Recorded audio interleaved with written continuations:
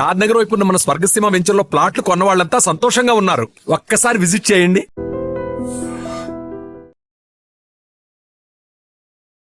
Food infection వల్ల ఒక family మొత్తంగా కూడా హాస్పిటలైజ్ అవ్వడం, అండ్ దట్టు బోనాల పండగ రోజు దావత్లు అందరికీ కామనే. సో అట్లనే వాళ్ళ చుట్టాలను పిలుచుకొని దావత్ చేసుకున్నటువంటి టైంలో మరి ఏం జరిగిందో ఏందో తెలీదు. మనకున్నటువంటి ఇన్ఫర్మేషన్ ప్రకారం అయితే యాక్చువల్లీ వాళ్ళు ఒక చికెన్ అండ్ దాని తర్వాత బోటి కూర ఇవి రెండు తినడం వల్ల ఇప్పుడు ఒక పర్సన్ అయితే చనిపోయిండు. మిగతా 8 మంది ఎవరైతే ఉన్నారో ఆ 8 మంది కూడా ప్రస్తుతం హాస్పిటలైజ్ అయిన పరిస్థితి. ఇది వాళ్ళ ఇల్లు అనమాట. యాక్చువల్లీ ఇది వాళ్ళ ఓన్ హౌస్ అని చెప్తున్నారు. చనిపోయింది శ్రీనివాసరావు. సో ఇది వాళ్ళ ఇల్లు. యాక్చువల్లీ ఇది ఆర్టీసీ కాలనీ, బికాస్ ఆయన ఆర్టీసీ ఎంప్లాయీ కూడా, ఓన్ హౌస్ అండ్ 2 కూతుర్లు మాత్రమే ఉన్నారు. ఇక్కడ మనం చూడొచ్చు కదా, యాక్చువల్లీ ఎవరైతే చనిపోయినరో శ్రీనివాసరావు అనే వ్యక్తి ఎవరైతే చనిపోయారో నిన్న చనిపోయిండు. ఫుడ్ ఇన్ఫెక్షన్ వల్ల ఒక మనిషి చనిపోవడం అనేది చాలా రేర్ ఆఫ్ ది రేర్ జరుగుతుంటుంది. కానీ మరి ఎందుకు ఇట్లా జరిగింది ఏంటి అనేది ఒక్కసారి మాట్లాడే ప్రయత్నం చేద్దాం. యాక్చువల్లీ ఈ ఇంట్లో ఎవరైతే ఉండాలనో ఓనర్లు ఎవరైతే ఉన్నారో ఆ ఒక్క పర్సన్స్ కూడా లేరు ఇప్పుడు. వీళ్ళందరూ కూడా వాళ్ళ రిలేటివ్స్ ఈ ఇన్సిడెంట్ తెలిసిన తర్వాత వాళ్ళు వచ్చిండ్రు. వాళ్ళకు కూడా అసలు ఏం చేయాలనో అర్థమైతలేదు. వాళ్ళు కూడా పెద్ద కన్ఫ్యూజన్లో ఉన్నారు. మీరు ఏమవుతారమ్మా అంటే శ్రీనివాసరావుకి ఏమవుతారు? తమ్ముడవుతాడు.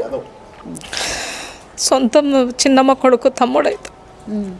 ఏమైందమ్మా అసలు? పొడ్డు ఇన్ఫెక్షనే అని అంటున్నారమ్మా. మేము అయిపోయినాక నాకు 11 గంటలకు కాల్ వచ్చింది. అప్పుడే వెంటనే వచ్చిన మాది మాబనార్ పక్కకు నవ్వపేట, అక్కడ నుంచి వచ్చింది. అదే బోనాల పండగకి ఎవరిని పిలుచుకున్నారు? వాళ్ళ 2 కూతుర్లు, ఒక అల్లుడు వచ్చిండు. వాళ్ళు తినడం వల్ల సాయంత్రం మధ్యాహ్నము 3 పూటలు తినడం వల్లనే ఇన్ఫెక్షన్ అని అంటున్నారు.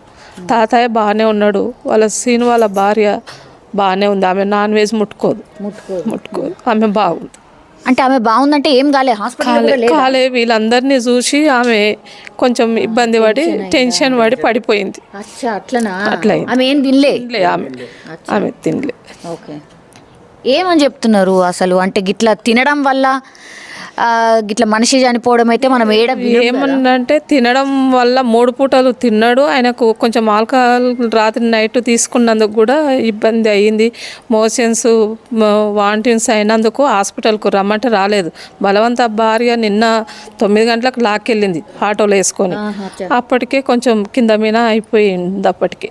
సో ఇది మీరేమవుతారండి? మేనమామ అవుతారు. ఏమైంది? మీకు ఎవరు చెప్పారు? మీరు ఏడుంటారు? నవాపేట. ఏమై ఉంటుంది గిట్లా? బోటి కూర అనేది మామూలుగానైతే మంచిగా క్లీన్ చేస్తారు, దాన్ని ఉడకబెట్టిన తర్వాత కానీ వండరు. దానివల్ల ఎట్లయితుంది ఏమో మేడం, ఇక దానివల్లనే చికెన్ బోటి వల్లనే జరిగింది అని చెప్తున్నారు డాక్టర్లు చెప్తున్నారు. వాళ్ళు ఇన్ఫర్మేషన్ కరెక్ట్ ఇస్తలేరు. ఓకే, మీకు ఏమనిపిస్తుంది అట్లా బోటి కూర తింటే నిజంగా అట్లా అవుతుందా? ఏమి కాలే మేడం, మస్తు సార్లు తిన్నారు వాళ్ళు.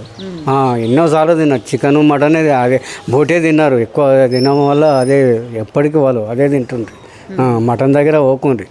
ఎప్పుడు వచ్చినా కానీ ఏ పండుగకైనా బోటి మా చికెనే తింటుండ్రి.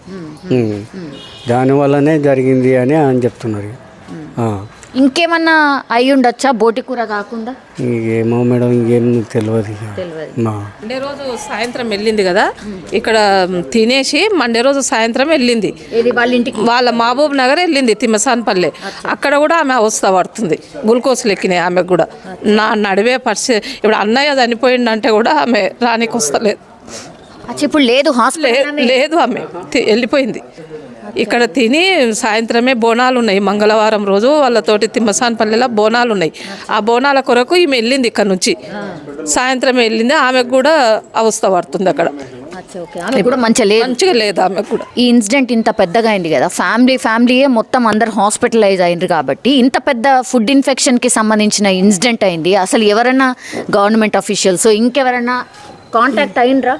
గవర్నమెంట్ అఫీషియల్స్ అంటే మ్యామ్ ఈరోజు ఎమ్మెల్యే సార్ వచ్చారు, వచ్చి విజిట్ చేశారు, పేషెంట్స్ అందరినీ చెక్ చేశారు, వాళ్ళతో జస్ట్ కాన్వర్జేషన్ అయితే జరిగింది, నార్మల్ కాన్వర్జేషన్. నిన్న డిపార్ట్మెంట్ నుంచి పోలీస్ ఆఫీసర్ వచ్చారు, వాళ్ళు వచ్చి జస్ట్ ఇన్స్పెక్షన్ లాగా చెక్ చేసి అప్పుడు మేము ఆల్మోస్ట్ ఇంకా పోస్ట్ మార్టం ఇదంతా మేము ఎక్స్పెక్ట్ చేయలేదు. ఇంకా ఇది ఇంకా మా ఫేత్ అనుకున్నాం యాక్చువల్లీ చెప్పాలంటే.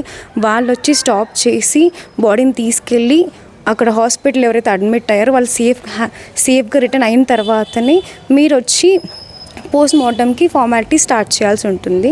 పోస్ట్ మార్టం అయిన తర్వాతే మీకు బాడీని హ్యాండ్ ఓవర్ చేస్తామన్నారు. ఏమంటారు, చనిపోయిన తర్వాత జరిగిన యాక్చువల్ ప్రాసెస్ ఇంతవరకే.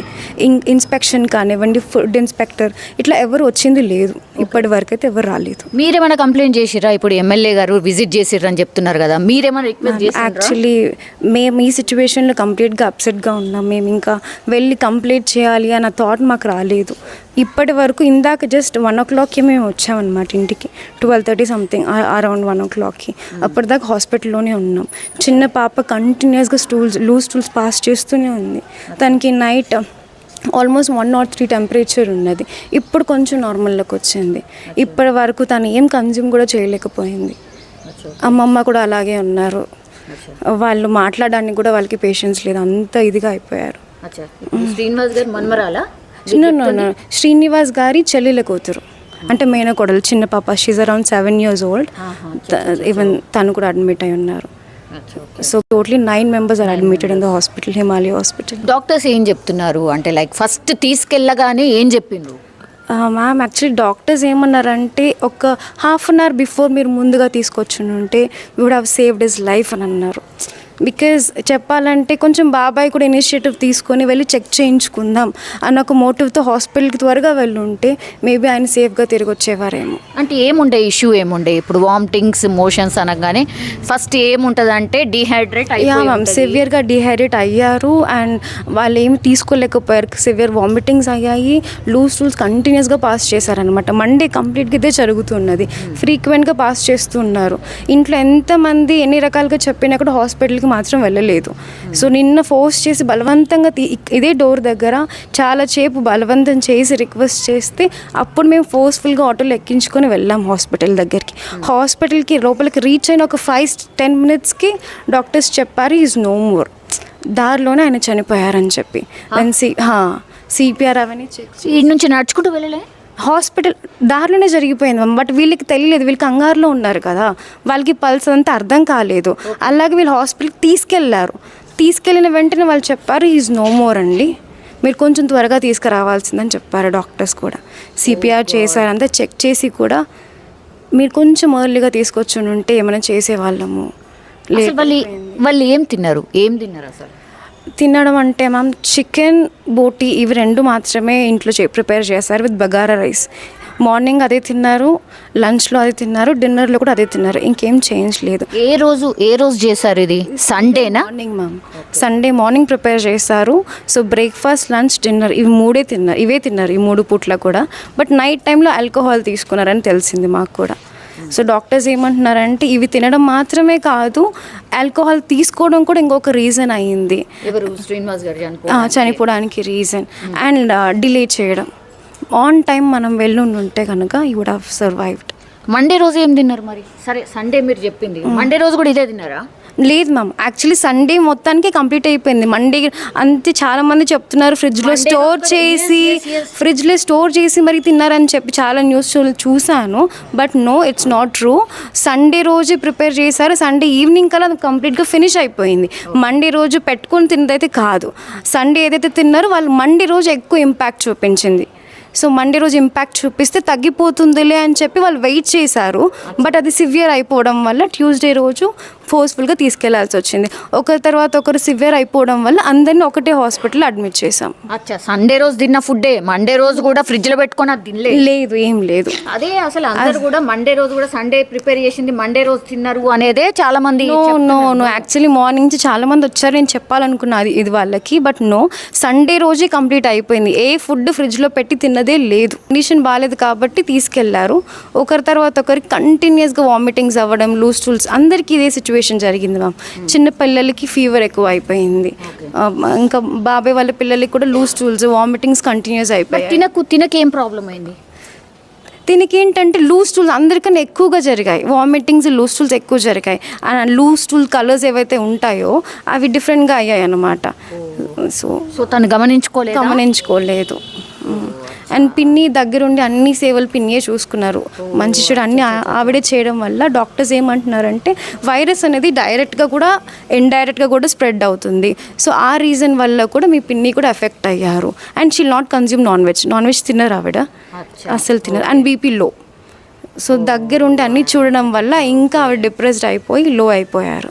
శ్రీనివాస్ ఎవరైతే చనిపోయినరో వాళ్ళ ఫ్రెండ్స్ అన్నమాట. ఈ హాస్పిటల్ దగ్గర మిగతా ఫ్యామిలీ మెంబర్స్ అందరు ఉన్నారు కాబట్టి ఎట్లుంది కండిషన్ ఏంది అని మాట్లాడుతున్నారు, కనుక్కుంటున్నారు. అది పరిస్థితి. ఒకసారి మాట్లాడదాం. మీరు ఫ్రెండ్? నా పేరు పాపరెడ్డి అండి. శ్రీనివాస్ యాదవ్ గారు 32 సంవత్సరాల నుంచి బాల్యమిత్రుడు మాకు. అతను చనిపోయినందుకు చాలా దురదృష్టకరం. ఇది ఏ పగోనికి ఇట్లా రాకూడదు.